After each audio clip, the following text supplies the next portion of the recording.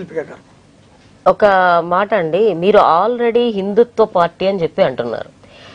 అంతకు మించి ఇప్పుడు మీరు హిందుత్వ పార్టీ అంటే బీజేపీ హిందుత్వ పార్టీ అని చాలా బాగా ప్రచారంలో ఉంది.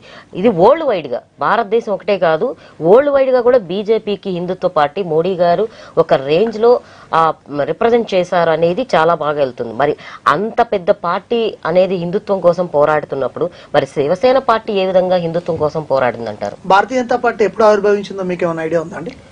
ఎప్పుడైనా అనేది అంటే ఎక్కువ శాతం జనాల్లోకి వెళ్ళింది, జనాలలోకి వెళ్ళిందా లేదా? హిందుత్వ పార్టీ అని ఎక్కువగా వెళ్ళింది బీజేపీనా కాదా? మీరు బాగా ఒకసారి తెలుసుకోండి. ఈ భారతదేశంలో మొట్టమొదటి ఏకైక హిందుత్వ పార్టీ ఏదైనా ఉన్నదంటే అది శివసేన పార్టీ. ఎవరు ఒప్పుకున్నా ఒప్పుకోకపోయినా నేను చెప్పాలనుకున్నా చెప్పేస్తున్నా. ఓకే, ఛత్రపతి శివాజీ మహారాజు తర్వాత అంతటి నిర్ణయాలు, సాహోత్పేతమైనటువంటి నిర్ణయాలు తీసుకొని హిందువుల కోసం పోరాటం చేసినటువంటి ఏకైక వ్యక్తి బాలాసాహెబ్ ఠాక్రే గారు. ఆయనను ఆదర్శంగా తీసుకున్నటువంటి చాలా మంది నేతలు ఉన్నారు.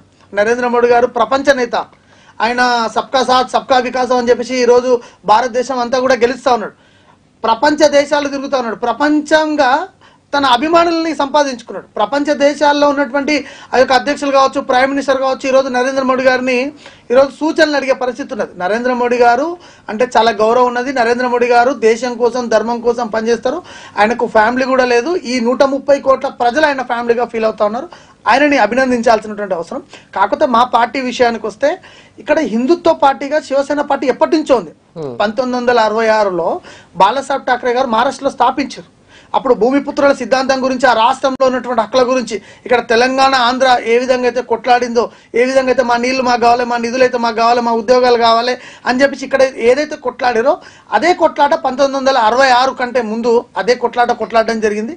దాని సందర్భంగానే భారతీయ జనతా పార్టీ, శివసేన రెండు హిందుత్వపు పార్టీలు కాబట్టి, రెండు ఒకటే ఎజెండాలు కాబట్టి అదే పర్పస్లోనే భారతీయ జనతా పార్టీ, శివసేన రెండు కలిసి ఎన్డీఏ కూటమిగా ఏర్పడి ఇప్పటికీ కొనసాగుతూనే ఉన్నాయి.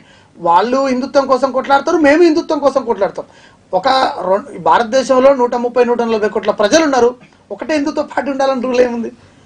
గల్లీకి ఒక పార్టీ ఉన్నా తప్పలేదు. హిందుత్వం కోసం పనిచేయడానికి ప్రతి ఇంటి నుంచి ఒక సైనికుడు రావాల్సినటువంటి సందర్భం ఉన్నది. మరి ఛత్రపతి శివాజీలు పుట్టాలి ఇక్కడ, రాణా ప్రతాపులు పుట్టాలి ఇక్కడ భగత్ సింగ్లు పుట్టాలి, ఆజాద్లు పుట్టాలి, అంబేద్కర్లు పుట్టాలి, పూలేలు పుట్టాలి, ఇక్కడ ఝాన్సీ లక్ష్మీబాయిలు పుట్టాలి, అవంతికా దేవీలు పుట్టాలి. ఇలాంటి దేశం కాబట్టి ఒకటే పార్టీ ఉండాల్సినటువంటి అవసరం లేదు. ఆల్టర్నేటివ్ ఇంకొక పార్టీ ఉంటే కూడా తప్పలేదు అనేది నా అభిప్రాయం. చాలా మంచిగా చెప్పారండి. మరి తెలంగాణలో శివసేన పార్టీకి ఏ విధమైన మద్దతు ఉంది?